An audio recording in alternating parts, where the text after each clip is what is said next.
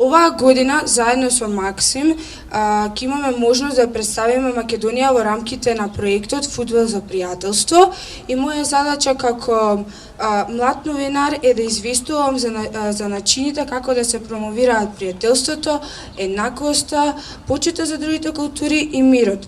Заедно со Максим денес сме тука по повод одбележувањето на Интернационалниот ден за фудбалот и пријателството, кој се одржува од 2013 година во голем број земји низ целиот свет.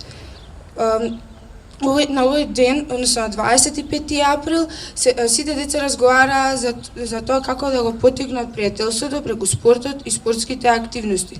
Воедно, овој ден е како потсетник за сите нас како да се водиме според човековите вредности, како на теренот, така и во него.